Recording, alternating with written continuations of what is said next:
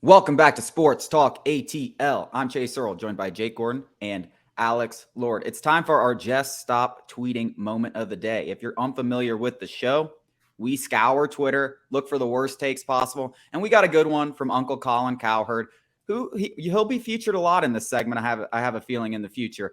He says some pretty outlandish stuff, and he had a mock trade yesterday for the Boston Celtics and the Golden State Warriors that made so much sense for the Warriors. So much sense for the Warriors, not so much for the Celtics. The trade, Malcolm Brogdon and Atlanta's own Jaylen Brown for Jordan Poole and Andrew Wiggins. Now, I don't know how much I have to really say about that, but Bill Simmons said it. He was like, this might be the worst mock trade I've ever seen in my life. Big Boston fan, Bill Simmons. And it is. It's up there. Jordan Poole is like getting relegated to the bench. Andrew Wiggins is like a number 4. Jaylen Brown is a superstar.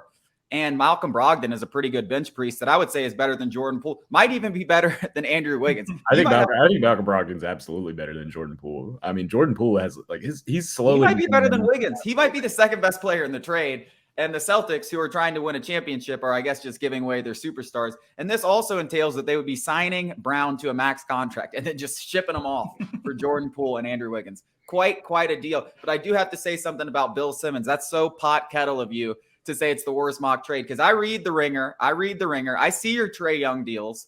Trae Young for Tyler Hero. Trae Young for a first-round pick and Kyle Lowry. Like, hey, kettle, buddy. I don't want to hear anything about worst mock trades. Throwing stones around here.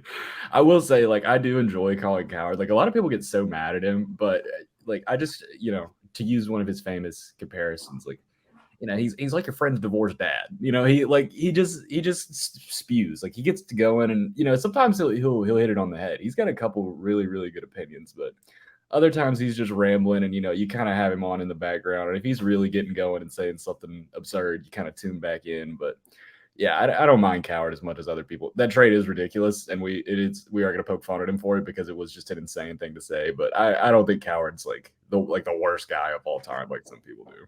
I love Uncle Colin, and he's not a basketball guy. He's never been a basketball guy. Even if he tells you, I covered in San Francisco, he's not a basketball guy. He's hardly a football guy. He's a hot take machine, and I love him. I love him, just like you said, Jake. A lot of people hate him for that reason, but if you talked every single day about sports, you would have some egregious takes as well. Back to the trade. That's what I'm gonna say. Yeah, we do. Jordan Poole. Let me say this: Jordan Poole is very dangerously close to that Cam Reddish area where he's like, dude, you're not that guy. You need to settle down and know your role. You are not some superstar. Even though the Warriors are paying Jordan Poole like a superstar, that's where it is. He's like, well, I'm getting paid like Steph and Clay and Draymond. It's like, well, I want that kind of role. And it's just not happening. Not only is he just not that good of a player, he's a terrible locker room presence in arguably the most easy place to get along in Golden State. I mean, they have perfect locker room chemistry, and he's the only one in there giving off bad vibes. Yeah. Draymond, he got punched for a reason, I have to imagine. I think everybody loved Draymond punching him. Draymond's wild, but he's never nobody punched can do his defense there. He's never punched another team. I also want to say something about this. The contracts of Wiggins and Poole are also just bad contracts. Those aren't good players. They're average players on bad contracts. This is quite literally me saying DeAndre Hunter and John Collins for Jaylen Brown, which I have to say I've probably seen that on Twitter from at least 1,000 Hawks fans. We'll just trade him Clint Capella and we'll get Jaylen Brown. It all sounds.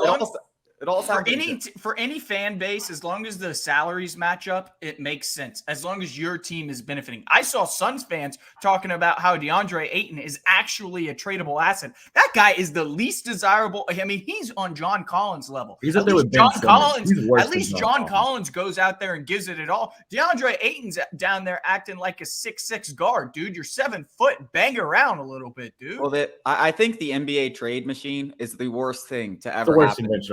It's I don't need to see your awful trade after awful trade for some random superstar. You're not getting Trae Young for pennies. You're not getting Jaylen Brown for pennies. You're going to have to trade away your whole team and 5 first-round picks. But after the break, we're going to continue with this Jaylen Brown talk and maybe talk him to the Hawks. So we're going to manifest some things.